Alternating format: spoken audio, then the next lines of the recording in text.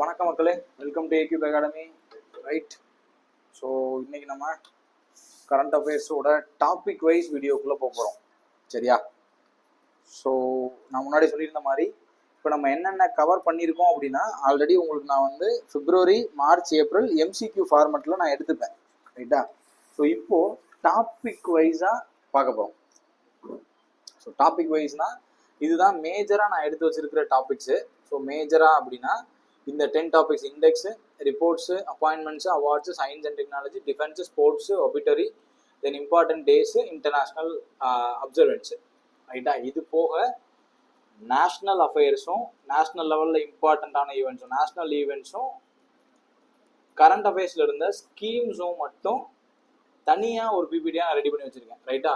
இப்போ அப்ராக்சிமேட்டாக இந்த எல்லாம் சேர்த்து 300 நியூஸ் தான் நான் எடுத்துகிட்டே வந்திருக்கேன். மொத்தமாக 300 நியூஸு, இது எல்லாம் சேர்த்து 100 நியூஸ். ஸோ மொத்தமாக ஒரு 400 ஸ்லைடு, ஒரு 400 நியூஸ் தான் நீங்கள் ஞாபகத்தில் வச்சுக்க போகிறீங்க. So very very very important இந்த வீடியோ. இதிலிருந்து கண்டினியூஸாக டெய்லி ஒரு வீடியோ உங்களுக்கு வரும். சரியா? எக்ஸாம் என்டிபிசி யூஜி ஸ்டார்ட் ஆகிறதுக்குள்ள, யூஜி எக்ஸாம் ஸ்டார்ட் ஆகிறதுக்குள்ள மேபி ஸ்டார்ட் ஆயிரும். அதுக்குள்ளே முடிஞ்ச அளவு கவர் பண்ண ட்ரை பண்ணுவோம். ஓகேவா? மெயினாக நீங்கள் யூஜியோட சிபிடி 1, அதே மாதிரி கிராஜுவேட் எக்ஸாமோட சிபிடி 2, அதே மாதிரி குரூப் டி. இந்த எக்ஸாமில் நீங்கள் எது ப்ரிப்பேர் பண்ணாலும் ஓகேவா, இது கண்டிப்பாக உங்களுக்கு ஹெல்ப்ஃபுல்லாக இருக்கும். அதில் மாற்றமே கிடையாது. ஓகேவா? இந்த வீடியோவை 100% பார்த்துட்டு போங்க. நோட்ஸ் எழுதி வச்சு படிங்க. இப்போ நான் எடுத்திருக்கிற இந்த ஸ்லைடு இருக்கு இல்லையா, இதை நான் அப்படியே பிடிஎஃபாக கன்வெர்ட் பண்ணி குரூப்லேயும் நான் அப்லோட் பண்ணுறேன், டிஸ்கிரிப்ஷன்லேயும் கொடுக்குறேன். தயவு செய்து இதை மட்டும் படிச்சுட்டு போயிருங்க. உங்களோட எக்ஸாமுக்கு கண்டிப்பாக ஹெல்ப் பண்ணும். ஓகேவா? அகைன் நான் திரும்பவும் சொல்கிறேன், இப்போ 15 கொஸ்டின் கேட்குறாங்கன்னா 15லாம் என்னால் சொல்ல முடியாது இல்லையா. நான் டார்கெட் பண்ணுறது வந்து நான் முன்னாடி இருந்தே சொல்லிகிட்டே இருக்கேன், 10 to 12 தான். உங்களை இந்த கொஸ்டின்ஸ் எடுக்க வைக்கணும். அதுக்காக தான் இவ்வளோ எஃபர்ட்டும். இந்த பிபிடி ஸ்லைட்ஸ் ரெடி பண்ணுறது எனக்கு சாலிடாக 3 நாள் ஆச்சு, எல்லா கண்டென்ட்டையும் தேத்தி எடுத்துகிட்டு வர்றதுக்கு. அதனால தான் இடையில வீடியோஸ் இருந்திருக்காது. இனிமேல் ரெகுலராக வீடியோஸ் வரும், ஃபாலோ பண்ணுங்கள். இது ஆர்ஆர்பி எக்ஸாம், எஸ்எஸ்சி எக்ஸாம் எழுதுறவங்களுக்கு கண்டிப்பாக ஹெல்ப்ஃபுல்லாக இருக்கும். டார்கெட் வந்து ஆர்ஆர்பி என்டிபிசி தான், அதில் எந்த மாற்றமும் கிடையாது. ஓகேவா? ஸோ ஃபாலோ பண்ணுங்கள். உங்கள் ஃப்ரெண்ட்ஸ் யாருக்காவது தேவைப்பட்டுச்சுன்னா ஷேர் பண்ணுங்கள். ஃபஸ்ட்டு கண்டென்ட்டுக்குள்ளே போகிறோம். இப்போ நான் ஒரு இண்டெக்ஸ் காட்டுறேன். என்னென்ன டாப்பிக்லாம் நான் ஆல்ரெடி ஃபஸ்ட்டு ஸ்லைட்லேயே சொல்லியிருந்தேன் இல்லையா, என்னென்ன டாபிக்ஸ்லாம் நம்ம இதில் கவர் பண்ணியிருக்கோம் அப்படின்னு சொல்லியிருந்தேன் இல்லையா, அதுதான் இது. இந்த 10ம் அடுத்தடுத்த வாரத்தில், அடுத்தடுத்த டேஸில் வந்துடும். அதுக்கப்புறம் நான் முன்னாடி சொன்ன மாதிரி நேஷ்னல் ஈவெண்ட்ஸும் ஸ்கீம்ஸும் மட்டும் தனியாக ஸ்லைடு ப்ரிப்பேர் பண்ணியிருக்கேன். நான் அதையும் போட்டு விட்டுறேன். இதை பார்த்துட்டு பிஒய்க்யூ பிடிஎஃப் வந்து இன்னைக்கு அல்லது நாளைக்கு வந்து நான் வந்து குரூப்பில் போட்டுறேன். பிஒய்க்யூ, இந்த பிஒய்க்யூவை பார்த்துட்டு போங்க. முடிஞ்சு இந்த பிஒய்க்யூவை நல்லா ரிவைஸ் பண்ணிட்டு போங்க. இப்போ எடுக்கிற நோட்ஸ் இருக்குல்ல, இப்போ இந்த வீடியோவில் நீங்கள் நோட்ஸ் எடுப்பீங்கல்ல, கண்டிப்பாக நோட்ஸ் எடுங்க. நான் பிபிடி ஷேர் பண்ணால் கூட நீங்கள் நோட்ஸ் எழுதி வச்சுக்கோங்க. சிம்பிளாக நான் சொல்கிற கீ பாயிண்ட்ஸ் மட்டும் நோட்ஸ் எழுதி வச்சுக்கோங்க. உங்களுக்கு அதுதான் ஹெல்ப் பண்ணும். ஓகேவா?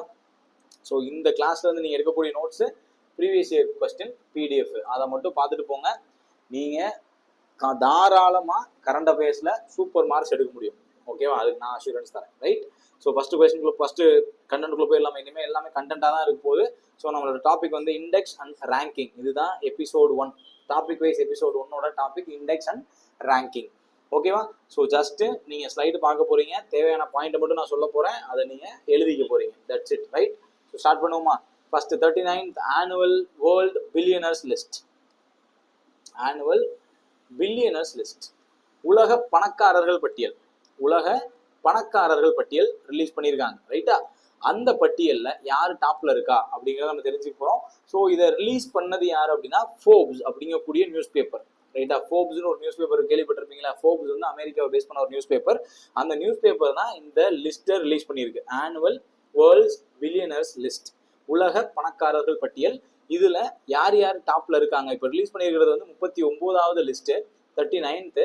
சரியா? சாரி, பிளாக் யூஸ் பண்ணிட்டேன். Right, 1 minute.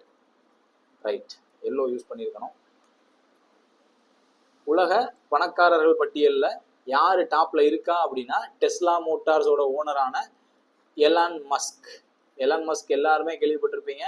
இன்னைக்கு இவர் தான் உலக பணக்காரர். எலான் மஸ்க் தான் இன்னைக்கு world number 1 with $342 billion. $342 billion மதிப்புள்ள சொத்து அவர்கிட்ட இருக்கு. அதனால அவர் உலக பணக்காரர்கள் பட்டியல்ல நம்பர் 1ல இருக்காரு. ஓகேவா? Followed by Mark Zuckerberg, CEO of Meta. Mark Zuckerberg எல்லாருமே கேள்விப்பட்டிருப்பீங்க, இன்வென்டர் ஆஃப் ஃபேஸ்புக், அவர் தான் மார்க் ஜூகர்பெர்க், அவர் தான் செகண்ட் பிளேஸ்ல இருக்காரு. தென் தேர்ட் பிளேஸ்ல Jeff Bezos founder of Amazon. ரைட்டா, இவங்க 3 பேர் தான் டாப்பு. இந்திய லெவல்ல நீங்க வந்தீங்கன்னா முகேஷ் அம்பானி ஓவரால் ரேங்கிங்ல 18ல இருக்காரு. இந்திய லெவல்ல முகேஷ் அம்பானி தான் ஃபர்ஸ்ட்.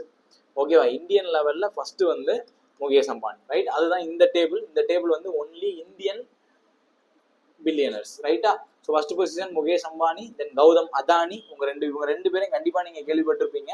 ரைட்டா, தென் ஜிண்டால் ஃபேமிலி இந்திய லெவல்ல தேர்டு. சிவ்நாடார் உங்க எல்லாருக்கும் தெரியும் இல்லையா, சிவ்நாடார் எங்க இருக்காரு, சிவ்நாடார் என்ன பண்ணியிருக்காரு அப்படிங்கிறது உங்களுக்கு தெரியும், கேள்விப்பட்டிருப்பீங்க கண்டிப்பா. ரைட்,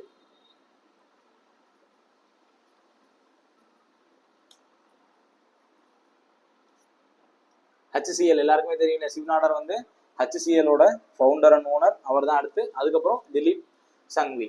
மொத்தமா நீங்க ஞாபகத்தில் வச்சுக்க வேண்டியது யாருன்னா Elon Musk, mark Zuckerberg, Jeff Bezos. இவங்க தான் டாப் 3. இந்தியாவில் முகேஷ் அம்பானி ஃபர்ஸ்ட்ல இருக்காரு, கௌதம் அதானி செகண்ட்ல இருக்காரு. ஓகேவா, முகேஷ் அம்பானியோட ஓவரால் வேர்ல்டு ரேங்க் வந்து 18th, கௌதம் அதானியோட வந்து 28th.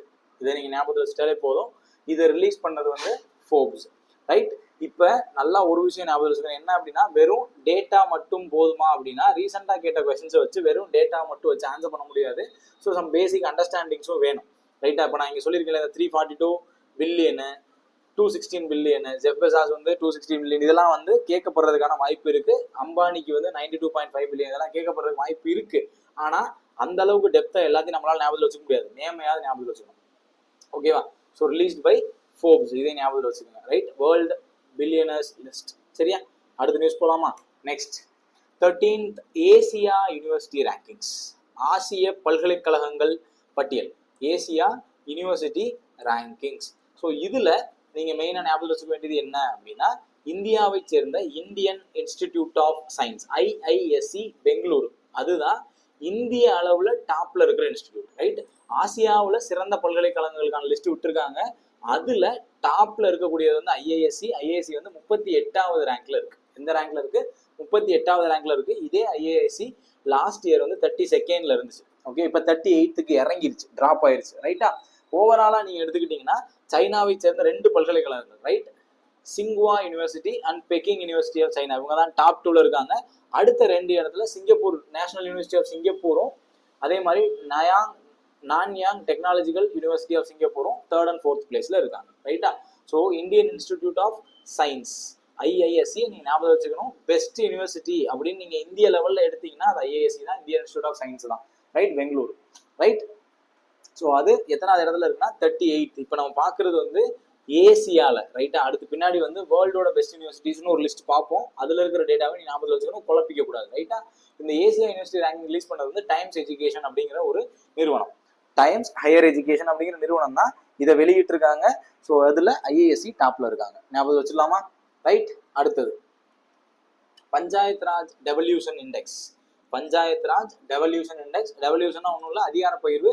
பஞ்சாயத்து ராஜ் அமைப்புல அதிகமான அதிகார பகிர்வை செயல்படுத்திய மாநிலம், அதுதான் இதுக்கான பேஸ். ரைட்டா, அதிகார பகிர்வை செயல்படுத்திய மாநிலம். ஸோ இது யாரு ரிலீஸ் பண்ணியிருக்கா அப்படின்னா ministry of Panchayat Raj. Right, SP Singh Baghel. Right, அவரும் ministry of fisheries animal and husbandry, இவர் தான் வந்து இந்த இண்டெக்ஸை ரிலீஸ் பண்ணியிருக்காரு. ரைட்டா, இந்த இண்டெக்ஸுக்கு என்ன பேர் வச்சிருக்காங்க அப்படின்னா status of devolution to panchayats in states and indicative evidence based on ranking 2024. Right, இதுல அதிகமான அதிகார பகிர்வை கொடுத்த மாநிலம் எது அப்படின்னா கர்நாடகா தான் first in devolution of power to panchayat. அதே மாதிரி பஞ்சாயத்துகளுக்கு அதிகார பகிர்வு மட்டும் இல்லாம ஃபண்டு ஃபங்க்ஷன்ஸ் எல்லாத்துலயும் அதிகார பகிர்வு கொடுத்துருக்காங்க. So Karnataka first, followed by Kerala second, Tamil Nadu third, Maharashtra 4th, Uttar Pradesh 5th. ஞாபகத்தில் வச்சிடலாமா? ரைட்டா, பஞ்சாயத்து ராஜ் அமைப்புகள்ல அதிகமான அதிகார பகிர்வு டெவல்யூஷன் இண்டெக்ஸ்ல டாப்ல இருக்கிறது Karnataka, second Kerala, third Tamil Nadu, 4th Maharashtra, 5th Uttar Pradesh. இதுதான் அந்த லிஸ்ட். ரைட்டா, இதுக்கு என்ன நேம் வச்சிருக்காங்க? Status of devolution to panchayat in states and indicative evidence. ரைட்டா, ரிலீஸ் பண்ணது SP சிங்னு ஞாபகத்தில் வச்சுக்கோங்க. ஓகேவா? ரைட், இப்போ கொஸ்டின் வந்து எந்த மாதிரி ஃபேம் ஆகும் அப்படிங்கிறது தெரியல, இருந்தாலும் நீங்க மெயினா ஞாபகம் வச்சு நான் சொன்ன ஃபேக்ட்ஸ் எல்லாம் கண்டிப்பா நீங்க மனப்பாடம் பண்ணி தான் வச்சிருக்கணும், வேற வழி இல்லை. இதை தாண்டி கேட்டாங்கன்னா அதை விட்டுருங்க, அதை கவலையே படாதீங்க. இந்த அளவுக்காவது நீங்க தெரிஞ்சு வச்சிருக்கணும், கண்டிப்பா எக்ஸாம்ல ரிஃப்ளெக்ட் ஆகும். நான் நம்பி தான் எடுத்திருக்கேன். எக்ஸாம் முடிஞ்சதுக்கு அப்புறம் நீங்களும் அதை ஃபீல் பண்ணுவீங்க. ஓகேவா? அடுத்த question. Logistics is across different states report. LEADS report. என்ன ரிப்போர்ட்? LEADS report. லீட்ஸ்ல எதை மீன் பண்ணுது அப்படின்னா லாஜிஸ்டிக்ஸ். ஓகேவா? ஸோ இந்த ரிப்போர்ட்டை ரிலீஸ் பண்ணது யாரு அப்படின்னா ministry of commerce and trade. Ministry of commerce and trade, வணிகம் மற்றும் வர்த்தக அமைச்சகம் இருக்கு இல்லையா, அவங்க தான் ரிலீஸ் பண்ணியிருக்காங்க. பொருட்களை கையாளுவதற்கு ஏற்ற மாநிலங்கள் அப்படிங்கிறது தான் இந்த ரிப்போர்ட்டோட நோக்கம். ரைட்டா? அதுல சிறந்த இடம் பெற்ற மாநிலங்கள் எது அப்படின்னா குஜராத் தான் ஃபர்ஸ்ட். லீட்ஸ் ரிப்போர்ட்ல ஃபர்ஸ்ட் வந்து குஜராத், கண்டிப்பா ஞாபகத்தில் வச்சுக்கோங்க. அதுக்கப்புறம் கர்நாடகா, மகாராஷ்டிரா, ஒடிசா, தமிழ்நாடு. ரைட்? ஸோ லாஜிஸ்டிக்ஸ்ல வந்துட்டதுனால அதெல்லாம் கோஸ்டல் ஸ்டேட்ஸா தான் இருக்கும். ஓகே, கோஸ்டலா தான் இருக்கும். ஸோ அதுல ஃபர்ஸ்ட் வந்து குஜராத். ஓகேவா? லீட்ஸ் ரிப்போர்ட் அப்படின்னா என்ன ஞாபகத்துக்கு வரணும்? குஜராத் ஞாபகத்துக்கு வரணும். Leads report Gujarat. ஓகேவா? அடுத்தது வெரி வெரி வெரி இம்பார்ட்டன்ட், ரொம்ப ரொம்ப முக்கியமான நியூஸ் இது. Climate change performance index. Climate change performance index, CCPI 2025. Right? CCPI 2025 அப்படிங்கிறது எதை பத்தி பேசுது அப்படின்னா, இப்போ பருவநிலை மாற்றம் அப்படின்னு நம்ம சொல்லிட்டு இருக்கோம் இல்லையா, கிளைமேட் சேஞ்ச் நம்ம பேசிட்டே இருக்கோம். அந்த கிளைமேட் சேஞ்சில் ஒவ்வொரு நாடும் எப்படி பெர்ஃபார்ம் பண்ணியிருக்காங்க, ரைட், எப்படி பெர்ஃபார்ம் பண்ணியிருக்காங்கன்றத மெஷர் பண்றதுக்கு தான் இந்த லிஸ்ட்டை ரிலீஸ் பண்றாங்க. ஸோ இதை ரிலீஸ் பண்ண இது வந்து நம்ம முன்னாடியே வந்து நான் MCQ நடத்தும் போது இதை சொல்லியிருப்பேன், கண்டிப்பா சொல்லியிருக்கிறதுக்கு வாய்ப்பு இருக்கு. ஜெர்மன் வாட்ச் அப்படிங்கிற ஒரு அமைப்பு, German watch, right, German watch அப்படிங்கிற ஒரு அமைப்பு தான் இந்த ரிப்போர்ட்டை ரிலீஸ் பண்றாங்க. ரைட்டா? இந்த ரிப்போர்ட்டின் படி இந்தியா எந்த இடத்துல இருக்கு அப்படின்னா 10th பொசிஷன்ல இருக்கு. அதுதான் ரைட் சைட்ல நான் இதுலயும் இண்டிகேட் பண்ணியிருக்கேன். ஃபர்ஸ்ட் 3 பிளேஸ்ல யாருமே இல்லை, மொதல் 3 இடங்கள்ல யாருமே இல்லை. ரைட்? இந்தியா வந்து 10th பிளேஸ்ல இருக்கு with the score of 67.99. Last இயர்ல பாத்தீங்கன்னா 7th ரேங்க்ல இருந்த இந்தியா இப்போ 10th பிளேஸுக்கு டிராப் ஆயிடுச்சு. ஓகேவா? ரைட்? இதுல யார் பெஸ்ட் பெர்ஃபார்மர்னு பாத்தீங்கன்னா டென்மார்க், நெதர்லாண்ட்ஸ், இங்கிலாந்து, அதாவது யுனைடெட் கிங்டம் ஆர் இங்கிலாந்து. ரைட்டா? இவங்க 3 பேர் தான் டாப் பெர்ஃபார்மர்ஸ். அதே மாதிரி திரும்பவும் சொல்றேன், 1, 2, 3 அந்த 3 பொசிஷன்ஸ் வந்து காலியா தான் இருக்கு, யாரும் இன்னும் அந்த இடத்த அச்சீவ் பண்ணல. அதுக்கு அடுத்து 4th பிளேஸ்ல தான் டென்மார்க் இருக்காங்க. ரைட்? அப்ப ஆக்சுவலா டாப் வந்து டென்மார்க். ஓகேவா? இந்தியாவோட பிளேஸ் என்ன? 10th. இந்தியா லாஸ்ட் இயர்ல 7th இருந்து இந்த வட்டம் 10க்கு டிராப் ஆயிட்டாங்க, ஞாபகத்தில் வச்சுக்கோங்க. ஸ்கோர் எவ்வளோனா 67.99. அதுதான் இந்தியாவோட ஸ்கோர். ஓகேவா? என்னதான் டிக்ளைன் ஆயிருந்தாலும் இந்தியா ஒரு டாப் பெர்ஃபார்மிங், குளோபல் கிளைமேட் ஆக்ஷனுக்கு எதிராக இந்தியா ஒரு டாப் பெர்ஃபார்மிங் கண்ட்ரியா தான் இருக்கு அப்படின்னு அவங்களே இந்த ரிப்போர்ட்ல சொல்லியிருக்காங்க. ரிப்போர்ட் ரிலீஸ் பண்ணது ஜெர்மன் வாட்ச் அப்படிங்கிற ஒரு அமைப்பு, ஞாபகத்தில் வச்சிடலாமா?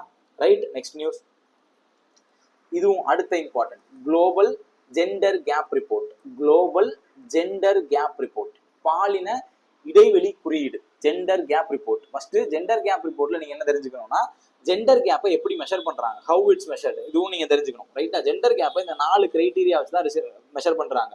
ரைட்? ஜெண்டர் கேப்னா என்ன?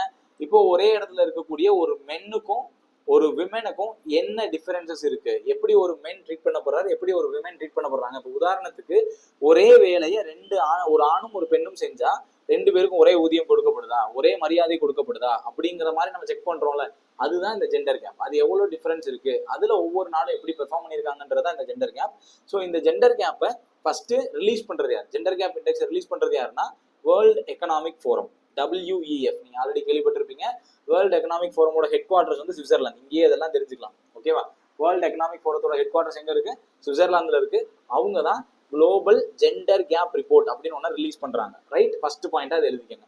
அடுத்து ஜெண்டர் கேப்பை எப்படி மெஷர் பண்றாங்க, ஹவு இட்ஸ் மெஷர்ட், எப்படி மெஷர் பண்றாங்கன்னா எக்கனாமிக் பார்ட்டிசிபேஷன். ஒரு பொருளாதாரத்துல, ஒரு எக்கனாமில விமென்ஸ் எவ்வளவு அளவுக்கு பார்ட்டிசிபேட் பண்றாங்க, அவங்களுக்கான ஆப்பர்ச்சுனிட்டிஸ் எவ்வளவு இருக்கு அதை பாக்குறாங்க, எவ்வளவு கல்வி அவங்களுக்கு கிடைக்குது, எவ்வளவு ஹெல்த் அண்ட் சர்வைவல் ஃபெசிலிட்டிஸ் அவங்களுக்கு கிடைக்குது, பொலிட்டிக்கலா எவ்வளவு எம்பவர் ஆயிருக்காங்க, இது எல்லாத்தையும் வச்சுதான். Right? Economy, education, health, politics. சிம்பிளா ஞாபகம் வச்சுலாமா? Economy, education, health, politics. இந்த 4ல விமென்ஸோட பங்கு எவ்வளவு இருக்கு அப்படிங்கிறத வச்சுதான் இந்த ரிப்போர்ட்டை ஃப்ரேம் பண்றாங்க. ஃப்ரேம் பண்றது வேர்ல்டு எக்கனாமிக் ஃபோரம். இதுல இந்தியாவோட பெர்ஃபார்மன்ஸ் அப்படின்னு நீங்க எடுத்துக்கிட்டீங்கன்னா இட்ஸ் ஒஸ்ட். இந்தியா வந்து 131வது இடத்துல இருக்கு, மொத்தமா 148 நாடுகள். நான் சொல்ற எல்லா டேட்டாவுமே இம்பார்ட்டன்ட். கேள்வி கேட்பாங்க, எத்தனை நாட்டுக்கு இந்த ரிப்போர்ட் ரிலீஸ் ஆச்சுன்னு கேட்பாங்க. 148 நாட்டுக்கு ரிலீஸ் ஆச்சு. அதுல இந்தியாவோட இடத்துல 131. ஓகேவா? ரைட். இந்தியா வந்து லாஸ்ட் இயர்ல இருந்து கரண்ட் இயர் வந்து கீழே இறங்கிட்டாங்க. ரைட். 129 லாஸ்ட் இயர்ல 2 பொசிஷன் ஃபாலிங் ஃப்ரம். ரைட்டா, கீழே இறங்கிட்டாங்க. 131க்கு வந்துட்டாங்க. கரண்ட் இயர் ரேங்கிங் மட்டும் நீங்க தெரிஞ்சுக்கிட்டா போதும். With score of 0.644. இந்தியாவோட ஸ்கோர் எத்தனை? 0.644. இந்த ஸ்கேல் வந்து 0 to 1 இருக்கும். 0 இஸ் லோயஸ்ட், 1 இஸ் ஹையஸ்ட். அவ்வளவுதான். ரைட்டா, 1 தாண்டி போகாது. அதுதான் இந்த ஸ்கோர். இதுல இந்தியா 131. இதுல டாப் யாருன்னு பாத்துட்டீங்கன்னா ஐஸ்லாந்து தான் first place, then Finland second place, Norway third place. இந்த மூணையும் கண்டிப்பா ஞாபகம் வச்சுக்கோங்க. First 3 place Iceland, Finland, Norway. ஓகேவா? இந்தியாவோட ரேங்க் என்ன? 131 வித் ஸ்கோர் ஆஃப் 0.644. மைண்ட்ல வச்சுக்கலாமா? ரொம்ப ரொம்ப இம்பார்ட்டன்டான ஒரு ரிப்போர்ட். நான் 2 ரிப்போர்ட் இப்போ ரொம்ப முக்கியமா 2 சொல்லியிருக்கேன். ஒன்னு வந்து கிளைமேட் சேஞ்ச் பெர்ஃபார்மன்ஸ் இண்டெக்ஸ், இன்னொன்னு global gender gap index. Revise பண்ணுங்க.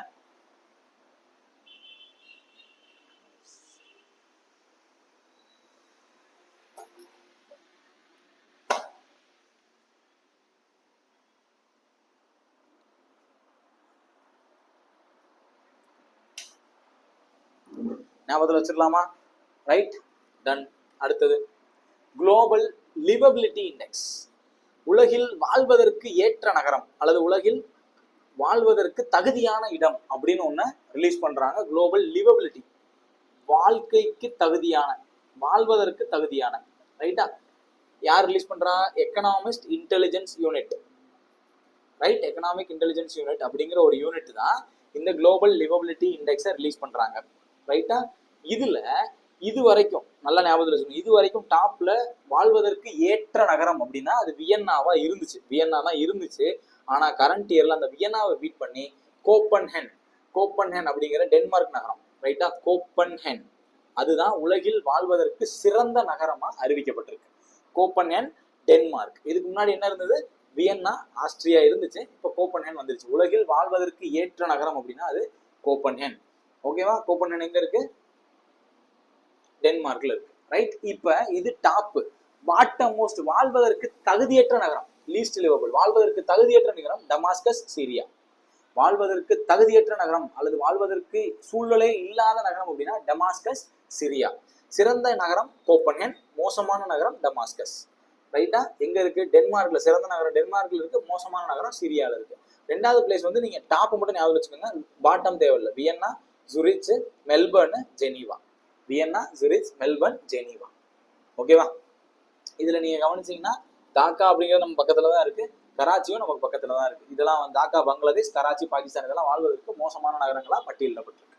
ரைட்டா, இதுல கோப்பன்ஹென் மறந்துடக்கூடாது. இது வரைக்கும் வியன்னா இருந்தது, இப்ப கோப்பன்ஹென் வந்திருக்கு. சரியா? ரைட், வாழ்வதற்கு தகுதியான நகரங்களின் பட்டியல். அடுத்த கேள்வி, அடுத்த நோட் போலாமா? Best global universities. ரைட், இப்ப நான் முன்னாடி வந்து ஏசியா யூனிவர்சிட்டி சொன்னா, அந்த ஏசியா யூனிவர்சிட்டி என்ன சொன்னேன்? ஐஐஎஸ்சி சொன்னா, அதே ஐஏஎஸ்சி தான் இங்க. ஆனா இது உலகளாவிய நிறுவனங்கள், உலகளாவிய பல்கலைக்கழகங்களுக்கான பட்டியல். ரைட், உலகளாவிய பல்கலைக்கழகங்கள்ல நீங்க எடுத்துக்கிட்டீங்கன்னா அகைன் ஐஏஎஸ்சி தான் எத்தனாவது இடத்துல இருக்குன்னா 633வது இடத்துல இருக்கு. உலகளாவிய பல்கலைக்கழகங்கள்ல 633வது இடத்துல இருக்கு. Highest ranked Indian institution. இந்தியால டாப் மோஸ்ட் வந்து ஐஏஎஸ்சி தான். ஓகே, இந்தியால டாப் மோஸ்ட் ஐஏஎஸ்சி தான். உலக அளவுல 633வது இடத்துல இருக்கு. சரியா? ரைட், இதுல டாப்ல, உலக அளவுல டாப்ல இருக்கக்கூடிய யூனிவர்சிட்டி எதுனா ஹார்வர்ட் யூனிவர்சிட்டி. எல்லாருமே கேள்விப்பட்டிருப்பீங்க, ஹார்வர்ட் யூனிவர்சிட்டி, அமெரிக்கா. அதுதான் ஃபர்ஸ்ட் பிளேஸ்ல இருக்கு. 2வது பிளேஸ்ல மசாசூட்ஸ் இன்ஸ்டிடியூட் ஆஃப் டெக்னாலஜி, அதாவது எம்ஐடி, அதுவும் அமெரிக்கா தான். ரைட். 3rd பிளேஸ்ல ஸ்டான்ஃபோர்ட் யூனிவர்சிட்டி, ஸ்டான்ஃபோர்ட் யூனிவர்சிட்டி, அதுவும் அமெரிக்கா தான். ஓகே, ஃபர்ஸ்ட் பிளேஸ் வந்து Harvard, second place MIT, 3rd place Stanford. ஓகேவா? 4th பிளேஸ்ல தான் ஆக்ஸ்போர்டும் யூனிவர்சிட்டி ஆஃப் கேம்பிரிட்ஜ். இங்கிலாந்தோட மிகச்சிறந்த 2 பல்கலைக்கழகங்களான ஆக்ஸ்போர்டும் கேம்பிரிட்ஜும் இருக்காங்க 4th and 5th பிளேஸ்ல. ரைட்டா? ஸோ இதுல நான் ஃபர்ஸ்ட் சொன்னது ஏசியா. ஏசியா யூனிவர்சிட்டியில 2 சைனா யூனிவர்சிட்டி டாப்ல இருந்துச்சு. நான் முன்னாடி சொல்லியிருந்தேன் இல்லையா, இந்த எடுத்து காட்டுறேன். ஏசியா யூனிவர்சிட்டி இதுதான் ஏசியால, சிங்குவாவும் பெக்கிங்கும். ரைட். வேர்ல்டு லெவல்ல நீங்க எடுத்துக்கிட்டீங்கன்னா ஹார்வர்ட் யூனிவர்சிட்டி, மசாசூட்ஸ் யூனிவர்சிட்டி, தென் ஸ்டான்ஃபோர்ட் யூனிவர்சிட்டி தான் டாப் 3. 3மே யூஎஸ்ஏ தான். ரைட்டா? இந்தியா சார்பில் நீங்க பெஸ்ட் யூனிவர்சிட்டினா அது ஐஏஎஸ்சி தான். நீங்க என்ன ரேங்காக இருந்தாலும் தாராளமா ஐஏஎஸ்சி கொடுக்கலாம். சரியா? ரைட். அடுத்தது போலாமா? Next, fostering effective energy transition index 2025. Right, ETI. ETI, energy transition index. Energy transition இண்டெக்ஸ்னா ஒன்றும் இல்லை, இப்போ நமக்கு உங்களுக்கு தெரியும் ஃபாசில் ஃபியூயல்ஸ் இருக்கு, நான் ஃபாசில், அதாவது நான் ஃபாசில் ஃபியூயல்ஸ். ஃபாசில் ஃபியூயல்ஸ் அப்படின்னா ரைட், எப்படி சொல்றது, இப்போ கரியமில வாயுக்களை வெளியிடக்கூடிய, அதாவது பெட்ரோல், டீசல் அந்த மாதிரி. நான் ஃபாசில் ஃபியூயல்ஸ் அப்படின்னா இயற்கைக்கு பாதிப்பு தராத, மறுசுழற்சி செய்யக்கூடிய, இப்போ உதாரணத்துக்கு சோலாரு, விண்டு, இந்த மாதிரி எனர்ஜிஸ். இப்போ ஒரு நாடு நான் ஃபாசில் ஃபியூயல்ஸுக்காக, அதாவது புதுப்பிக்கத்தக்க ஆற்றல் வளங்களுக்கு எவ்வளவு பணம் ஸ்பெண்ட் பண்ணுது, எப்படி அதை கொண்டு வருது அப்படிங்கிறதுக்கான ஒரு அறிக்கை தான் இந்த fostering effective energy transition, right. Fostering effective energy transition index, right. இதை ரிலீஸ் பண்றது யாரு? World economic forum. ஆல்ரெடி சொல்லியிருந்தேன், வேர்ல்ட் எக்கனாமிக் ஃபோரம் இதுக்கு முன்னாடி ஒன்று ரிலீஸ் பண்ணியிருந்தாங்களா, எடுத்து காட்டட்டுமா? வேர்ல்ட் எக்கனாமிக் ஃபோரம் என்ன ரிலீஸ் பண்ணியிருந்தாங்க? Global gender gap report. இப்போ என்ன ரிலீஸ் பண்றாங்க? Fostering energy transition, right. Fostering effective energy transition 2025 release பண்ணியிருக்காங்க. இதுல இந்தியாவோட ரேங்க் என்ன? 71st. இந்தியாவோட ரேங்க் என்ன? 71 with the score of 53.3. Rank மட்டும் ஞாபகத்தில் வச்சுக்கோங்க, நிறைய ரேங்கிங் ஞாபகத்தில் வைக்க போறீங்க, ஞாபகத்தில் வச்சுக்கணும், வேற வழியே கிடையாது, ரைட்டா. இந்தியாவோட ரேங்க் என்ன? 71. இதுல டாப் யாரு? ஸ்வீடன், ரெண்டாவது ஃபின்லாந்து, மூணாவது டென்மார்க். நீங்க நல்லா பார்த்துட்டே வாங்கலாம், எல்லாத்துலயும் இந்த 3 கண்ட்ரி தான் டாப்ல இருக்கும். நீங்க வந்து ஸ்காண்டினேவியன் கண்ட்ரிஸ் நீங்க கேள்விப்பட்டிருக்கீங்களா? ஸ்காண்டினேவியன் கண்ட்ரிஸ் இவங்க தான், அதெல்லாம் Sweden, Finland, Denmark, Norway, Switzerland, இவங்க தான் எல்லாத்துலயும் டாப்ல இருப்பாங்க. நீங்க எந்த இண்டெக்ஸ் எடுத்தாலும் இந்த 5 நாடுகள் தான் திரும்ப திரும்ப வரும். அதனால குழப்பிக்காம ஞாபகத்தில் வச்சுக்கோங்க, ரைட். இப்ப கல்வின்னு எடுத்துக்கிட்டா ஃபின்லாந்து நல்லா இருக்கும், ரைட். இப்ப இதுக்கு முன்னாடி பாருங்களேன், நான் முன்னாடி சொன்ன ரேங்கிங்ல கோப்பன்ஹேகன் டென்மார்க்ல சொன்னேன், அடுத்து ஐஸ்லாந்து, ஃபின்லாந்து, நார்வே சொல்லியிருக்கேன் நான் இதுல ஜெண்டர் கேப் ரிப்போர்ட்ல. அடுத்து பாருங்க கிளைமேட் சேஞ்ச்ல டென்மார்க், நெதர்லாந்து, எல்லாமே அந்த கண்ட்ரி தான் வரும், ரைட். அதனால குழப்பிக்காம ஞாபகத்தில் வச்சுக்கோங்க. இந்தியாவோட ரேங்கை ஞாபகத்தில் வச்சுக்கணும், டாப் 3 ஞாபகத்தில் வச்சுக்கணும், அவ்வளவுதான், ஓகேவா, ரைட். எனர்ஜி டிரான்சிஷன்ல இந்தியாவோட ரேங்க் என்ன? 71. அடுத்து international investment on digital economy. Digital economy அப்படிங்கிறத விட ஃபாரின் டைரக்ட் இன்வெஸ்ட்மெண்ட் அப்படிங்கிற மாதிரி ஞாபகம் வச்சுக்கலாம். ஒரு சில ஃபேக்டை மட்டும் நீங்க ஞாபகத்தில் வச்சுக்க போறீங்க, ரைட். ஐநா அமைப்பை சார்ந்த ட்ரேட் அண்ட் டெவலப்மெண்ட்டுக்கான, வணிகம் மற்றும் மேம்பாட்டுக்கான அமைப்பான UNCTAD, United Nation Conference on Trade and Development அப்படிங்கிற அமைப்பு ஒரு ரிப்போர்ட் ரிலீஸ் பண்ணியிருக்காங்க, international investment in digital economy அப்படிங்கிற report. International investment in digital எக்கனாமின்னு ஒரு ரிப்போர்ட் ரிலீஸ் பண்ணியிருக்காங்க. அந்த ரிப்போர்ட்ல இந்தியாவோட FDI பத்தி சில இன்ஃபர்மேஷன்ஸ் கொடுத்துருக்காங்க. அந்த இன்ஃபர்மேஷன்ஸ் ஞாபகத்தில் வச்சுக்கணும். ஃபர்ஸ்ட் இன்ஃபர்மேஷன் என்னன்னா, இந்தியாவோட ஃபாரின் டைரக்ட் இன்வெஸ்ட்மெண்ட் வந்து கொஞ்சம் டிக்ளைன் ஆயிருக்கு அப்படிங்கிற மாதிரி சொல்லியிருக்காங்க. Declined by 1.9% in 2024. இந்தியாவுக்கு வர வேண்டிய இன்ஃப்ளோ ரைட்டா, வர வேண்டிய ஃபாரின் டைரக்ட் 1.9% டிக்ளைன் ஆயிருக்கு. டிராப்பிங் ஃப்ரம் 28.1 பில்லியன் US டாலர்ல இருந்து 27.6 பில்லியன் US டாலரா ரெடியூஸ் ஆயிடுச்சு. எவ்வளவுல இருந்து? 28.1ல இருந்து 27.6 ரெடியூஸ் ஆயிருக்கு. US dollar billion right, billion reduce ஆயிருக்கு. இதை ஞாபகத்தில் வச்சுக்கணும், ரைட்டா. அதே மாதிரி இந்தியாவோட ரேங்கிங் FDI இன்ஃப்ளோஸ்ல இந்தியாவோட ரேங்க்னு பாத்தீங்கன்னா 15 இன்ஃப்ளோல ஃபாரின் டைரக்ட் இந்தியாவுக்கு வர்றதுல 15வது இடம், அவுட்ஃப்ளோல 18th 18வது இடம், ரைட்டா. ரெண்டுலையுமே நமக்கு முன்னேற்றம் தான். இந்தியா வந்து leading recipient of foreign direct investment, அதிகமான அந்நிய நேரடி முதலீடுகளை ஈர்க்கக்கூடிய ஏசிய நாடா இந்தியா இருக்கு அப்படின்னு அந்த ரிப்போர்ட்ல சொல்லியிருக்காங்க. நீங்க ஞாபகத்தில் வச்சுக்க வேண்டிய பாயிண்ட் என்னென்ன அப்படின்னா, இந்த 1.9 கண்டிப்பா ஞாபகத்தில் வச்சுக்கணும். இந்த 28.1 அப்படிங்கிறதும் 27.6 ஞாபகம் வச்சுக்கணும். மெயினா 27.6 ஞாபகம் வச்சுக்கணும். ஏன்னா கரண்ட் இயருக்கு 2024ல இந்தியாவோட ஃபாரின் டைரக்ட் இன்வெஸ்ட்மெண்ட் எவ்வளவு? 27.6 பில்லியன் US டாலர்ஸ். ஞாபகத்தில் வச்சுக்கணும், மறந்துடக்கூடாது, ஓகேவா, ரைட். அடுத்ததுக்கு போலாமா? Next, financing sustainable development 2030 and mid century. நீங்க கேள்விப்பட்டிருக்கீங்கன்னு தெரியல, சஸ்டைனபிள் டெவலப்மெண்ட் கோல்ஸ் SDGs அப்படின்னு ஒரு 17 கோல்ஸை ஐநா கொடுத்துருக்கு. 17 கோல்ஸ் இருக்கு. உங்களுக்கான டாஸ்கே இன்னைக்கு அதுதான். இந்த 17 கோல்ஸும் என்னென்ன அப்படிங்கிறத எடுத்து உங்க நோட்ல எழுதி வச்சுக்கோங்க, ரைட்டா. இந்த SDGஸை இம்ப்ரூவ் பண்றதுல அல்லது இம்ப்ளிமெண்ட் பண்றதுல நாடுகள் எல்லாம் எப்படி செயல்படுறாங்க அப்படிங்கிறதுக்காக தான் இந்த ரிப்போர்ட்டை யாரு ரிலீஸ் பண்றான்னு பாத்தீங்கன்னா, யுனைடெட் நேஷன்ஸ். உங்க எல்லாருக்கும் தெரியும், ஐநா அமைப்பு தான் இதை ரிலீஸ் பண்றாங்க. சஸ்டைனபிள் டெவலப்மெண்ட் சொல்யூஷன்ஸ் நெட்வொர்க் அப்படிங்கக்கூடிய அவங்க அமைப்பு இந்த சஸ்டைனபிள் டெவலப்மெண்ட் ரிப்போர்ட்டை ரிலீஸ் பண்ணியிருக்காங்க, ஓகேவா. சஸ்டைனபிள் டெவலப்மெண்ட் ரிப்போர்ட், நீடித்த நிலையான வளர்ச்சி குறியீடு அல்லது வளர்ச்சி அறிக்கை. Financing sustainable development to 2030 and mid century, right. 2030 இருந்து மிட் செஞ்சுரினா 2050க்குள்ள நீடித்த நிலையான பொருளாதார வளர்ச்சி அல்லது நீடித்த நிலையான வளர்ச்சி அடைவதற்கு தேவையான ஃபினான்சிங் பணம் கொடுப்பதற்கான ஒரு அறிக்கை மாதிரி அதை ரிலீஸ் பண்ணியிருக்காங்க. அதுல இந்தியாவோட ரேங்க் எடுத்துக்கிட்டீங்கன்னா 99வது இடம். மொத்தமா அதுல 193 நாடு, உலகத்துல இருக்கக்கூடிய அனைத்து நாடுகளுமே அந்த அறிக்கைக்குள்ள வந்துருச்சு. ரைட்டா, 99வது இடத்துல இருக்கு. With score of 66.95. இது எனக்கு தேவையில்லை. இதுக்கு அடுத்த பாயிண்ட் ரொம்ப முக்கியம். Improving from 109th place in 2024. 2024ல 109வது இடத்துல இருந்த இந்தியா தற்போதைய 2025ல 99வது இடத்துக்கு வந்துருச்சு. ரொம்ப ரொம்ப முக்கியம். முன்னேற்றம் அடைஞ்சிருக்கோம்.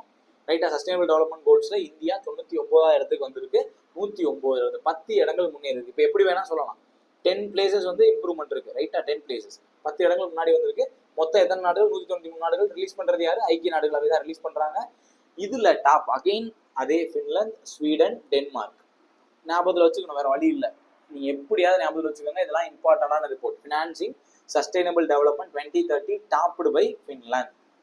Topped by Finland. நான் ஏன் இந்த மாதிரி கண்டென்ட் எடுத்து வந்தேன், எம்சிக்யூ எடுக்காம இப்படியே இந்த கண்டென்ட்டுக்குள்ள ஏன் போனேன் அப்படின்னா, நிறைய கொஸ்டின்ல ஸ்டேட்மெண்ட்டா வச்சு விட்டுறாங்க ஆர்ஆர்பி. அந்த ஸ்டேட்மெண்ட்டை டேக்கிள் பண்ணணுன்றதுக்காக தான் இந்த மாதிரி நான் கண்டென்ட் எடுத்துட்டு வந்தேன். நீங்க படிக்கும்போது உங்களுக்கு ஹெல்ப்ஃபுல்லா இருக்கும். நோட்ஸ் எழுதும் போது நான் சொன்ன இம்பார்ட்டன்ட் பாயிண்ட்ஸை எழுதி வச்சுக்கோங்க. ஓகேவா? ஸோ ஃபின்லாந்து தான் அதுல டாப்பு. ஸ்டேட்மெண்ட் டைப்பாக வர்றதுக்காக இந்த மாதிரி கொஸ்டின்ஸ் தான் எடுத்திருக்கேன். ஞாபகத்தில் முடிஞ்ச அளவு ஞாபகத்தில் வச்சுக்கோங்க. கொஞ்சம் கன்ஃபியூசிங்காக தான் இருக்கும். திரும்ப திரும்ப ரிவைஸ் பண்ணுங்க. அது ரொம்ப ரொம்ப ஹெல்ப் பண்ணும். ரிவிஷன் கண்டிப்பாக ஹெல்ப் பண்ணும். ஓகேவா? அடுத்து ரொம்ப ரொம்ப இம்பார்ட்டன்டான report HDI, human development index அப்படின்னு ஒரு report. So human development index ரிப்போர்ட்டை ரிலீஸ் பண்றது யாரு? யுனைடெட் நேஷன்ஸ் டெவலப்மெண்ட் ப்ரோக்ராம் அப்படிங்கக்கூடிய ஒரு அமைப்பு இருக்கு. ஐக்கிய நாடுகள் அவையினுடைய மேம்பாட்டு திட்டம், மேம்பாட்டு இயக்கம், அந்த மாதிரி ஒரு அமைப்பு இருக்கு. United Nation Development Programme. அவங்க தான் இந்த HDI, ஹியூமன் டெவலப்மெண்ட் இண்டெக்ஸை ரிலீஸ் பண்றாங்க. ரைட்டா? இதுல ரிப்போர்ட் எப்படி ரிலீஸ் பண்ணிருக்காங்கன்னா, human development report 2025, a matter of choice, people and possibilities in artificial intelligence. இதுதான் அந்த ரிப்போர்ட்டோட பேரு. ரிப்போர்ட்டோட பேரு முக்கியம் கிடையாது. ரிலீஸ் பண்ணது யாரு? UNDP. அதுக்கு ஒரு தீம்ல ரிலீஸ் பண்ணிருக்காங்க. என்ன தீம் அப்படின்னா, harnessing digital transformation to advance human development. Digital transformation to advance human development கேட்பாங்க. HDI ரிப்போர்ட் ரிலீஸ் பண்ணும்போது என்ன தீம் அப்படின்னு கேட்பாங்க. ஞாபகம் வச்சுக்கணும். அட்வான்ஸ் ஹியூமன் டெவலப்மெண்ட்டுங்கிறத மண்டையில வச்சுக்கோங்க. HDIக்கு என்ன ரிப்போர்ட்? Advance human development. அவ்வளவுதான். இந்தியாவோட ரேங்க் என்ன? 130. இந்தியா மிக 130வது இடத்துல இருந்து. ரைட், இந்தியா வந்து 130வது இடம் 2023ல இருந்தாங்க. ஸ்கோர் எவ்வளவுனா 0.685. அதுக்கு முந்தின 133ல இருந்து இந்தியா 3 இடங்கள் முன்னேறி 130வது இடத்துக்கு போயிருக்கு. ஓகேவா? இதுல 0.685 அப்படிங்கிறது மிட் ஹியூமன் டெவலப்மெண்ட் அல்லது மிடில் ஹியூமன் டெவலப்மெண்ட். இந்தியா வந்து ஒரு நடுத்தர ஹியூமன் டெவலப்மெண்ட் கொண்ட நாடு, மனித வளர்ச்சி கொண்ட நாடு. ஓகேவா? ஸோ இப்போ இங்கேயுமே ஹியூமன் டெவலப்மெண்ட் HDI எப்படி மெஷர் பண்றாங்க? நான் வந்து ஜெண்டர் கேப் எப்படி மெஷர் பண்றாங்கன்னு சொன்னேன்ல, அதே மாதிரி HDI எப்படி மெஷர் பண்றாங்க?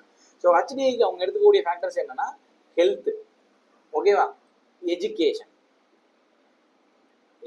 தென் தேர்டு இன்கம்.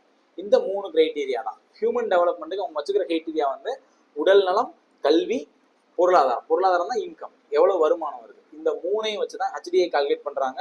ஸோ ஈஸியா ஞாபகத்தில் வச்சுக்கலாம். HDI இதுல H அப்படிங்கிறது ஹெல்த்தை குறிக்கும், I அப்படிங்கிறது இன்கம் குறிக்கும். டிக்கு பதிலாக நீங்க ஞாபகத்தில் வச்சுக்கோங்க. டிக்கு அடுத்த லெட்டர் தானே இ வந்து எஜுகேஷனை குறிக்கும். வந்து எக்கனாமின்னு போட்டக்கூடாது. வந்து எஜுகேஷன். ரைட், அப்ப இந்த 3 கிரைட்டீரியா வச்சு தான் HDI ரிலீஸ் பண்றாங்க. ஸோ அப்படி ரிலீஸ் பண்ண இந்த HDIல டாப்பர் யாருன்னா, அகைன் ஐஸ்லாந்து, நார்வே, சுவிட்சர்லாந்து. இந்தியாவோட ரேங்க் என்ன? 130.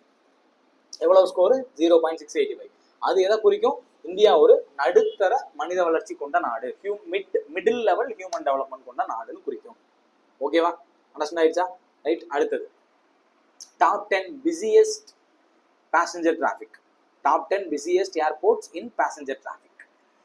பிஸியஸ்ட் ஏர்போர்ட், அதுல டாப்ல இருந்த ஏர்போர்ட் எது அப்படின்னா, Atlanta, Hartsfield, Jackson, ATL airport USA. ATL airport USA. Second place வந்து துபாய். தேர்ட் பிளேஸ் வந்து USAல இருக்கக்கூடிய Dallas Fort Worth international airport. ரைட்டா, இதுதான் டாப்ல இருந்தது. டாப் வந்து அட்லாண்டா. இந்தியால பிஸியஸ்ட் அப்படின்றது எதுனா, டெல்லியில இருக்கக்கூடிய Indira Gandhi international airport, new Delhi. எத்தனாவது இடத்துல இருக்கு? வேர்ல்டு லெவல்ல 9th இருக்கு. இந்தியால பிஸியஸ்ட் ஏர்போர்ட் அப்படின்னா Indira Gandhi international airport, new Delhi. ஓகேவா? வேர்ல்டு லெவல்ல Atlanta, Hartsfield, Jackson airport USA. ATL airport USA. ஞாபகத்தில் வச்சிடலாமா? ரைட், ரொம்ப ரொம்ப இம்பார்ட்டன்ட். இதை மட்டும் ஞாபகம் வச்சா போதும். இந்தியாவில் எது, வேர்ல்டுல எது, அவ்வளவுதான். தென் அடுத்த கேள்வி, அடுத்தது annual ranking of world 100 largest banks, உலகில் பெரிய 100 வங்கிகள், ரைட்? ஒரு ரிப்போர்ட் ரிலீஸ் ஆயிருக்கு. அதுல டாப்ல இந்தியா லெவல்ல நீங்க எடுத்துக்கிட்டீங்கன்னா எஸ்பிஐயும் ஹெச்டிஎஃப்சியும் இருக்காங்க. ஓகே, யார் யார் இருக்கா? எஸ்பிஐயும் ஹெச்டிஎஃப்சியும் இருக்காங்க. ஸோ எஸ்பிஐ உலக அளவுல 43வது இடத்துலையும் ஹெச்டிஎஃப்சி 73வது இடத்துலையும் இருக்காங்க. ரைட்டா? எஸ்பிஐ 43வது இடம். பெரிய வங்கிகள் உலக அளவுல மிகப்பெரிய வங்கிகளின் பட்டியல்ல எஸ்பிஐ 43வது இடத்துலையும் ஹெச்டிஎஃப்சி 73வது இடத்துல இருக்காங்க. இவங்க 2 பேர் தான் இந்தியாவில் இருந்து அந்த லிஸ்ட்ல இருக்காங்க. ஓகேவா? ரைட். இதுல டாப்னு எடுத்துக்கிட்டீங்கன்னா சைனாவோட industrial and commercial bank of China இதுதான் ஃபர்ஸ்ட் பிளேஸ். ரைட்டா? அதே மாதிரி agriculture bank of China second place, China construction bank வந்து தேர்ட் பிளேஸ். இது மூணுமே சைனாவோட தான். ரைட்டா? இந்தியா சார்பா 2 பேங்க் தான், ஒன்னு எஸ்பிஐ இன்னொன்னு ஹெச்டிஎஃப்சி. ரைட்டா? இதுல டாப்ல இருக்கிற 3 பேங்க்கும் சைனா தான். First China industrial and commercial bank, agriculture bank of China, China construction and bank corporation. இவங்க 3 பேர் தான் டாப்ல இருக்காங்க. ஓகேவா? எஸ்பிஐயோட ரேங்க் 43, ஹெச்டிஎஃப்சியோட ரேங்க் 73. ரைட்? ஞாபகத்தில் வச்சுக்கலாமா? அடுத்ததுக்கு போகுமா? Next SIPRI report. SIPRI report இது ஆல்ரெடி நான் எம்சிக்யூல உங்களுக்கு சொல்லியிருப்பேன். Stockholm international peace research இன்ஸ்டிடியூட்டோட ஒரு ரிப்போர்ட். அதாவது ஒரு நாடு மிலிட்டரிக்கு எவ்வளவு ஸ்பெண்ட் பண்ணுது, வேர்ல்டு மிலிட்டரி எக்ஸ்பெண்டிச்சர். ஒரு நாடு ராணுவத்துக்கு, ராணுவம் நம் முப்படைகளுக்கும் சேர்த்து எவ்வளவு ஸ்பெண்ட் பண்ணுது, அதுக்கு ஒரு நாடு செலவழிக்கக்கூடியதுல என்னென்ன மாற்றங்கள் இருக்கு, எந்த நாடு அதிகமா ஸ்பெண்ட் பண்ணுது அப்படிங்கறதான் சொல்லியிருக்காங்க. இப்ப நீங்க கவனிச்சீங்கன்னா 2023 இருந்து 2024 வரும்போது மிலிட்டரி எக்ஸ்பென்ஸ்ல ஓவராலா 9.4% இன்க்ரீஸ் இருக்கு. மிலிட்டரிக்கு ஸ்பெண்ட் பண்றதுல 2023 24 எத்தனை பர்சன்டேஜ் இன்க்ரீஸ் இருக்கு? 9.4% இன்க்ரீஸ் இருக்கு. ரைட்? இதுல டாப் ஸ்பெண்டர்ஸ் அப்படின்னு எடுத்துக்கிட்டீங்கன்னா USA, China, Russia, Germany, India. ரைட்டா? USA, China, Russia, Germany, India. India வந்து 5வது இடத்துல இருக்கு. உலக அளவுல ராணுவத்துக்கு அதிகமா செலவழிக்கக்கூடிய நாடுகளின் பட்டியல்ல இந்தியா எத்தனை இடத்துல இருக்கு? 5வது இடத்துல இருக்கு. ரைட்டா? இது வந்து அப் டு டேட் டேட்டா. இது வந்து போக போக மாறும். இப்போதைக்கு இருக்கிற டேட்டா வந்து அசாப் இது வந்து மார்ச்சா இருக்கும், இல்லைன்னா ஏப்ரலா இருக்கும்.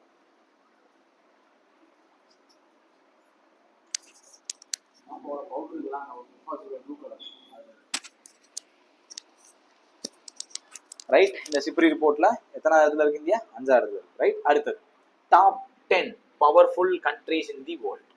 உலகில் சிறந்த, அதாவது அதிகாரமிக்க 10 நாடுகளின் பட்டியலை ஃபோர்ப்ஸ் ரிலீஸ் பண்ணியிருக்காங்க. ஃபோர்ப்ஸ் முன்னாடி சொன்னால அமெரிக்காவை சேர்ந்த ஒரு பத்திரிக்கை, அந்த பத்திரிக்கை ரிலீஸ் பண்ணியிருக்காங்க. அவங்க எதை பேஸ் பண்ணி ரிலீஸ் பண்ணியிருக்காங்கன்னா ஜிடிபி, ஒரு நாட்டினுடைய மொத்த உள்நாட்டு உற்பத்தியை வச்சு ரிலீஸ் பண்ணியிருக்காங்க. அதுல டாப் பிளேஸ்ல உங்க எல்லாருக்கும் தெரிஞ்சதுதான் யுஎஸ்ஏ இருக்காங்க, அவங்களுக்கு அப்புறம் சைனா இருக்காங்க, அவங்களுக்கு அப்புறம் ரஷ்யா இருக்காங்க. Okay, first place USA, second place China, third place வந்து ரஷ்யா. ரைட்டா? இதுல உலகின் சிறந்த, அதாவது அதிகாரமிக்க நாடுகள் பட்டியல்ல இந்தியா வந்து 12வது இடத்துல இருக்கு. எத்தனை இடத்துல இருக்கு? 12வது இடத்துல இருக்கு. சரியா? இது பவர்ஃபுல் கண்ட்ரிஸோட லிஸ்ட்ல. ரைட்டா? பவர்ஃபுல் கண்ட்ரிஸோட லிஸ்ட்ல top USA, second China, third Russia. India எத்தனாவது இடம்? 12வது இடம். ரைட்டா? இதுல குளோபல் ஜிடிபியை மட்டும் வச்சு பார்த்தா இந்தியா வந்து உலகின் 5வது பெரிய பொருளாதார நாடுன்னு பழைய டேர்ம்ல இருக்கு. நான் அடுத்து அப்டேட் பண்ணிருப்பேன். இந்தியா வந்து 4வது பெரிய பொருளாதார நாடு, 4th ஸ்பாட்ல இருக்கு இந்தியா. ஜப்பானை ஓவர்டேக் பண்ணிருச்சு இந்தியா. ரைட்டா? அது வந்து அஸ் ஆஃப் நவ் இந்தியா வந்து 4வது மிகப்பெரிய பொருளாதார நாடு. ஓகேவா? இந்தியா எக்கனாமி ரிலேட்டடா கேட்டாங்கன்னா, ரைட்டா, எக்கனாமி ரிலேட்டடா எத்தனாவது பெரிய பொருளாதார நாடுனா 4வது பெரிய பொருளாதார நாடு. டாப்ல யுஎஸ்ஏ, சைனா, ஜெர்மனி இருக்காங்க. அவங்களுக்கு அடுத்து இந்தியா வந்துருச்சு. 2030 ஜெர்மனியும் இந்தியா ஓவர்டேக் பண்ணிரும் அப்படின்னு சொல்றாங்க. 2030 இந்தியா வந்து ஜெர்மனி ஓவர்டேக் பண்ணிரும்னு சொல்றாங்க. ஆனா பவர்ஃபுல் கண்ட்ரிஸ் லிஸ்ட்ல இந்தியா 12வது இடத்துல இருக்கு. நல்லா புரிஞ்சுக்கணும். பவர்ஃபுல் கண்ட்ரிஸ் லிஸ்ட்ல இந்தியா 12வது இடத்துல இருக்கு. ஜிடிபியை வச்சு மட்டும் பார்க்கும்போது, மிகப்பெரிய பொருளாதாரம்னு பார்க்கும்போது இந்தியா 4வது இடத்துல இருக்கு. குழப்பிக்கிற கூடாது. ரைட்டா? தென் அடுத்தது போலாமா? கரப்ஷன் பெர்செப்ஷன்ஸ் இண்டெக்ஸ், ஊழல் குறியீடு. ஊழல் இதுல இந்தியா வந்து எத்தனாவது இடத்துல இருக்காங்க? அடுத்தது. ரைட்? இந்தியா இது யார் ரிலீஸ் பண்றாங்க? டிரான்ஸ்பரன்சி இன்டர்நேஷனல் அப்படின்னு ஒரு என்ஜிஓ. டிரான்ஸ்பரன்சி இன்டர்நேஷனல் அப்படின்னு ஒரு என்ஜிஓ தான் இதை ரிலீஸ் பண்றாங்க. ஊழலை கட்டுப்படுத்துவதில் ஒவ்வொரு நாடும் எப்படி செயல்படுறாங்க அப்படின்னு. இதுக்கு இவங்க எடுத்துக்கிட்ட மொத்த நாடுகள் 180. இதெல்லாம் ஞாபகத்தில் வச்சுக்கணும், வேற வழி கிடையாது. 180, நான் சொல்ற டேட்டாஸ் எல்லாம் ஞாபகத்தில். 180 நாடுகளுக்கு எடுக்கப்பட்ட அறிக்கை. இந்த அறிக்கையில இந்தியா எத்தனாவது இடத்துல இருக்கு? 96வது இடத்துல இருக்கு. 96 அவுட் ஆஃப் 180, 96வது இடத்துல இருக்கு வித் ஸ்கோர் ஆஃப் 38. ஓகேவா? இப்ப இந்தியா வந்து கடந்த ஆண்டை விட இந்த ஆண்டு பின்தங்கி போயிடுச்சு. 93வது இடத்துல இருந்து 96வது இடத்துக்கு போயிடுச்சு. அது தேவையில்லை. கரண்ட் இயர்ல எத்தனை ரேங்க்? 96வது ரேங்க். டாப் யாரு? டென்மார்க். டாப் யாரு? டென்மார்க். அடுத்து பின்லாந்து, அடுத்து சிங்கப்பூர். ஓகேவா? இப்ப எக்ஸ்ட்ரா பாயிண்ட் என்ன அப்படின்னா, இந்தியா 96வது இடத்துல இருந்து சொன்னால, இந்த 96வது இடத்துல இந்தியாவோட சேர்ந்து கேம்பியாவும் மால்தீவ்ஸும் பிளேஸை ஷேர் பண்ணிக்கிட்டாங்க. 96வது இடத்துல 3 நாடுகள் இருக்காங்க. ஒன்னு வந்து இந்தியா, 2வது கேம்பியா, 3வது மால்தீவ்ஸ். இதெல்லாம் கேட்கறது வாய்ப்பு இருக்கு. ஏன்னா ஆர்ஆர்பி போற பேட்டர்னை பார்த்தா இந்தியா வந்து 96வது இடத்துல இருந்தாங்க. இவங்களோட ஷேர் பண்ணிக்கிட்ட ஆட்கள் யாருன்னு கேட்கறது வாய்ப்பு இருக்கு. கேம்பியாவும் மால்தீவ்ஸும் இந்தியாவில் ரேங்கை ஷேர் பண்ணிக்கிட்டாங்க. Top Denmark, second Finland, third Singapore. எதுல? ஊழல் குறியீடுல. ஓகே, ஊழலை தடுப்பதற்கான குறியீடுல, கரப்ஷன் பெர்செப்ஷன் இண்டெக்ஸ் தான். ரைட்டா? சிபிஐ. ரைட். அடுத்து Henley passport index. Henley passport index உலகின் வலுவான பாஸ்போர்ட்டை கொண்ட நாடு. உலகில் வலுவான பாஸ்போர்ட்டை கொண்ட நாடு. அதுக்கான ஒரு ரிப்போர்ட் தான் இந்த பாஸ்போர்ட் இண்டெக்ஸ். இதுல சிங்கப்பூர் தான் டாப். உலகில் மிக வலுவான சக்தி வாய்ந்த பாஸ்போர்ட்டை வச்சிருக்கிற நாடு எது அப்படின்னா சிங்கப்பூர். சக்தி வாய்ந்த பாஸ்போர்ட் வச்சிருக்கிற நாடு எது? சிங்கப்பூர். ஓகேவா? ஸோ ஏன் சிங்கப்பூரை வந்து சக்தி வாய்ந்த பாஸ்போர்ட் வச்சிருக்கிற நாடுன்னு நம்ம சொல்றோம் அப்படின்னா, இந்த நாடுல visa free access to 195 destinations.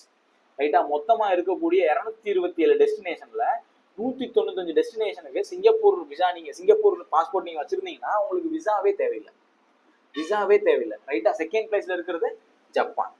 ரைட்டா? இந்தியாவோட ரேங்க் என்ன? இதுல 80th பிளேஸ். இந்தியா எத்தனாவது இடத்துல இருக்கு? 80வது இடத்துல இருக்கு. சாரி ரைட், 80வது இருந்து 85வது இடத்துக்கு போயிடுச்சு. நான் மாத்தி சொல்லிட்டேன். கரண்ட் இயர் ரேங்க் மட்டும் பார்த்துக்கிட்டா போதும். 85வது இடம். கரண்ட் இயர் ஸ்பாட் வந்து 85வது இடத்துக்கு பின்தங்கிருச்சு. ஏன் பின்தங்குச்சு அப்படின்னா, நம்ம உலகத்துல இருக்கிற இந்த 227 டெஸ்டினேஷன்ல 57 டெஸ்டினேஷன் மட்டும் தான் நம்மளால விசா இல்லாம போக முடியும். மீதி எல்லா இடத்துக்கும் நமக்கு விசா வேணும். ரைட்டா? விசா எதுக்கு கொடுக்குறாங்க? ஒரு நாட்டுல இருந்து இன்னொரு நாட்டுக்கு போறதுக்கு, நம்ம எந்த நாட்டுக்கு போறோமோ அந்த நாடு நமக்கு அனுமதி கொடுக்கணும். ரைட்டா? அப்ப அந்த அனுமதி எதை வச்சு கொடுக்கும் அப்படின்னா, நம்ம நாட்டுல இருக்கக்கூடிய நிலவரங்கள் எல்லாத்தையும் வச்சுதான் அந்த அனுமதி நமக்கு கிடைக்கும். ரைட்? ஸோ அதுல சிங்கப்பூர் வந்து டாப்ல இருக்காங்க. Second Japan. இந்தியா வந்து 85வது இடம். 57 டெஸ்டினேஷன் மட்டும்தான் நம்மளால விசா இல்லாம போக முடியும். இதுலயுமே இந்தியாவோட 2 நாடுகள் ஷேர் பண்ணிக்கிட்டாங்க.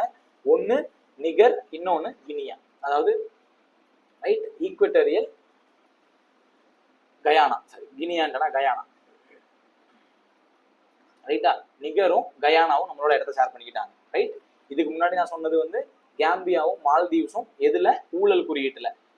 பாஸ்போர்ட் இண்டெக்ஸ்ல நிகரும் கயானாவும் நம்மளோட ஷேர் பண்ணிக்கிட்டாங்க. இந்தியா 85வது இடத்துல இருக்கு. இந்த ரேங்க் எல்லாமே 100% ஞாபகத்தில் வைக்கணும். உறுதியா ஹெல்ப் பண்ணும். ஓகேவா? அடுத்து மிலிட்டரி ஸ்ட்ரென்த் ரேங்கிங்.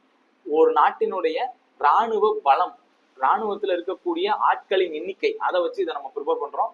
ரைட்டா? Military strength ranking. Military strength ரேங்கிங்ல global fire power index. Global என்ன index? Global fire power index, GFP. Global fire power index. இந்த இண்டெக்ஷன் கொடுத்தா மட்டும் இந்தியாவோட பிளேஸ் என்னன்னா 4th. குளோபல் ஃபயர் பவர் இண்டெக்ஸ்ல இந்தியா வந்து 4th பிளேஸ். ஃபர்ஸ்ட் பிளேஸ் உங்க எல்லாரும் தெரிஞ்சதுதான் USA. Second place is Russia. Third is China. First place is USA, second is Russia, third is China. ரைட்டா? குளோபல் ஃபயர் பவர் இண்டெக்ஸ்ல இந்தியாவோட எத்தனை ரேங்க்? 4th rank. ரைட்? இதோட இண்டெக்ஸஸ் முடியுது. நான் சொன்ன ஃபர்ஸ்ட் சாப்டர், ஃபர்ஸ்ட் எபிசோட கம்ப்ளீட் பண்றேன்.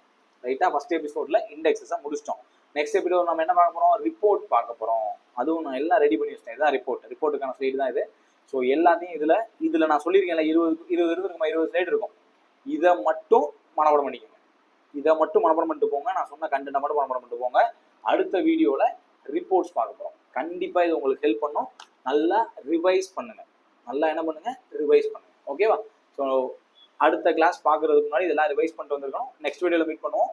All the best. தேங்க்யூ.